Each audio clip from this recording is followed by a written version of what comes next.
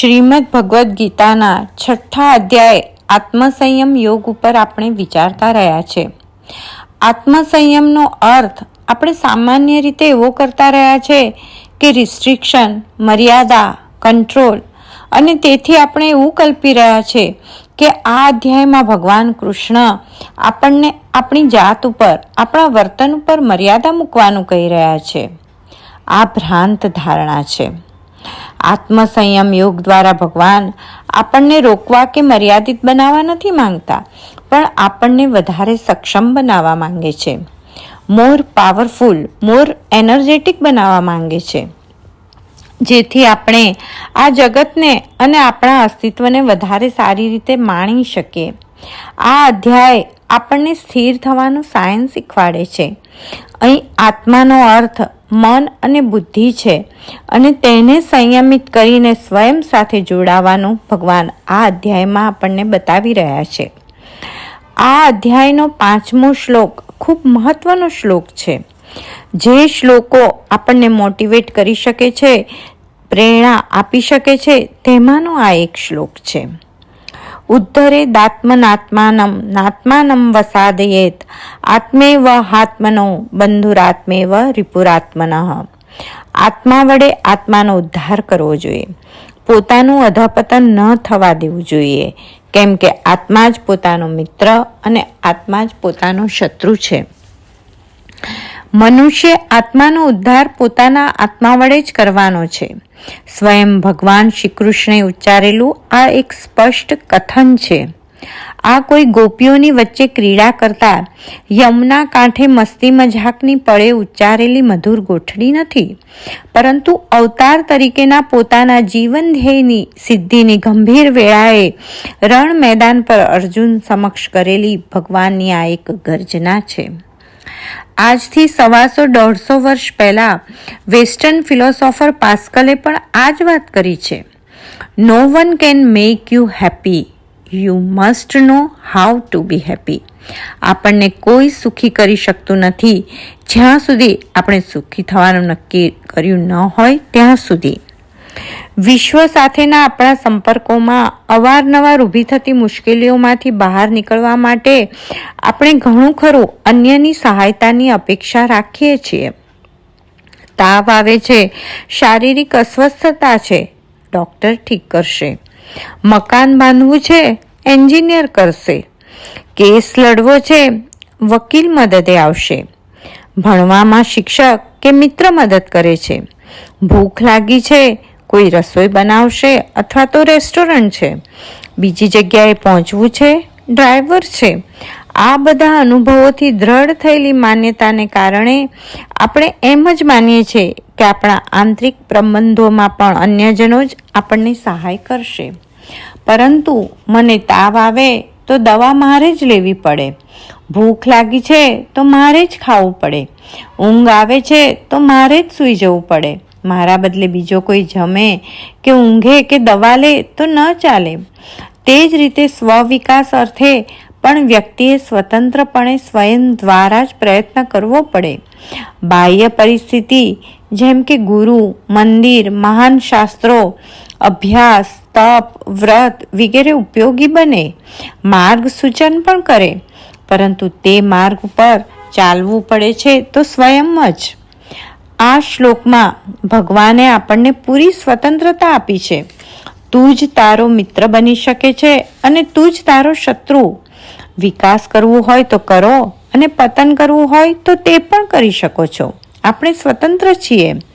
સત્કર્મ કે દુષ્કર્મ, પુણ્યકર્મ કે પાપના ભાગીદાર બનો, પ્રગતિ તરફ ચાલો કે અધોગતિ પામો, કંઈ પણ કરવાનું સ્વાતંત્ર્ય છે, પણ તે સાથે તેનું દાયિત્વ સ્વીકારવાની પણ જવાબદારી આવી જાય છે.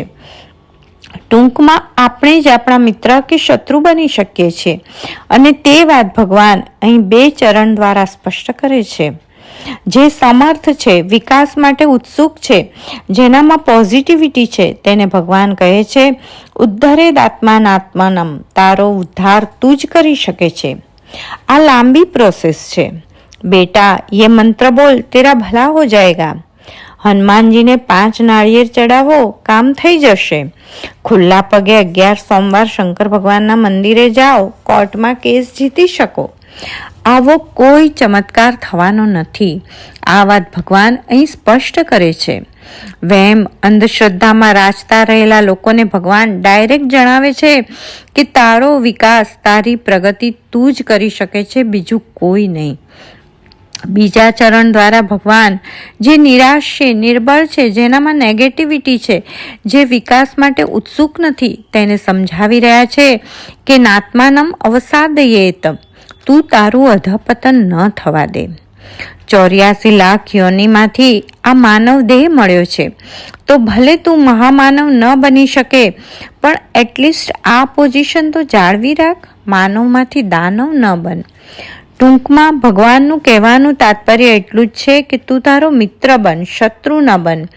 મિત્ર બનવાનું એટલે પોતાની જાતને પ્રેમ કરવાનો, અને તેનો અર્થ એ જ કે વ્યક્તિ પોતાનું ખરાબ ન ઈચ્છે, પોતાના માટે ખરાબ ન વિચારે. જે પોતાની જાતનો મિત્ર છે તે વ્યસની બની શકે? તે આત્મહત્યા કરી શકે? તે દુર્ગુણી બની શકે? ના. જે પોતે જ પોતાનો મિત્ર છે તે સ્વયં પોતાની જાત ઉપર કૃપા કરીને પ્રાકૃતમાંથી સંસ્કૃત બને, પશુમાંથી પશુપતિ તરફ ગતિ કરે, મામૂલી માણસમાંથી મહામાનવ બનવાનું ધ્યેય રાખે, કોમનમાંથી અનકોમન બને, અનકોમનમાંથી ગુડ મેન, અને પછી તેમાંથી ગોડ્સ મેન, ભગવાનનો માણસ બને. આવી યાત્રા આપણે જાતે જ કરી શકીએ છીએ. આ શ્લોક એ ગીતાનો પુરુષાર્થ માટેનો ઘોષણાપત્ર છે.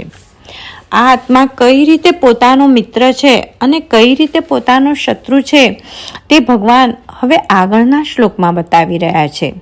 બંધુરાત્માત્મનસ્તસ્ય યૈનત્મેવાત્મના જિત અનાત્મનસ્તુ શત્રુત્વે વર્તે તાત્મૈવ શત્રુવત. જેનાથી આત્મા ઉચ્ચતર આત્મા વડે જીતાયેલ છે તેનો આત્મા પોતાનો મિત્ર છે, પરંતુ અસંયમીઓનો આત્મા પોતે જ શત્રુની જેમ શત્રુ ભાવે વર્તે છે. અહીં આત્માનો અર્થ ઇન્દ્રિય, મન અને બુદ્ધિ છે, અને ઉચ્ચતર આત્મા એટલે ચૈતન્યનું સ્ફુરણ, ચૈતન્યનો દિવ્ય અંશ, પરમ આત્મા. પતંજલિ યોગ સૂત્રમાં દેહને રથ, ઇન્દ્રિયોને ઘોડા, મનને લગામ, બુદ્ધિને સારથી અને આત્માને રથી કહ્યા છે. ઘોડા, લગામ અને સારથી એ રથીના આદેશને અનુસરે તો એ રથ યોગ્ય દિશામાં ગતિ કરી પોતાનું નિયત ગંતવ્ય સ્થાન સુધી પહોંચવામાં સફળ થાય છે. એનો અર્થ એ જ કે જ્યારે ઇન્દ્રિય, મન અને બુદ્ધિ એ પરમ આત્મા સાથે તાદાત્મ્ય કેળવે તો એ આત્મા પોતાનો મિત્ર બને છે. પરંતુ જો બુદ્ધિ ઈચ્છાગ્રસ્ત હોય, મન કામનાત્રસ્ત હોય અને ઇન્દ્રિયો વાસના વ્યસ્ત હોય, ત્યારે તે જ આત્મા તેનો શત્રુ બને છે. આપણા માટે બહાર કોઈ મિત્ર નથી કે કોઈ શત્રુ નથી, પરંતુ એ ખરેખર આપણી ભીતર જ છે. આપણા પોતાના જ બુદ્ધિશાળી દિવ્ય વ્યક્તિત્વના અનુશાસનને સ્વીકારવાનો અને માર્ગદર્શનને અનુસરવાનો ઇનકાર આપણું અહંકારી વ્યક્તિત્વ અંદર રહીને જ કરે છે, અને ત્યારે તે આપણો શત્રુ બની આપણને સન્માર્ગેથી વિચલિત કરે છે. વાલિયા લૂંટારાએ પોતાના આંતરિક અવાજને ઓળખ્યો અને વાલ્મીકી ઋષિ બન્યા.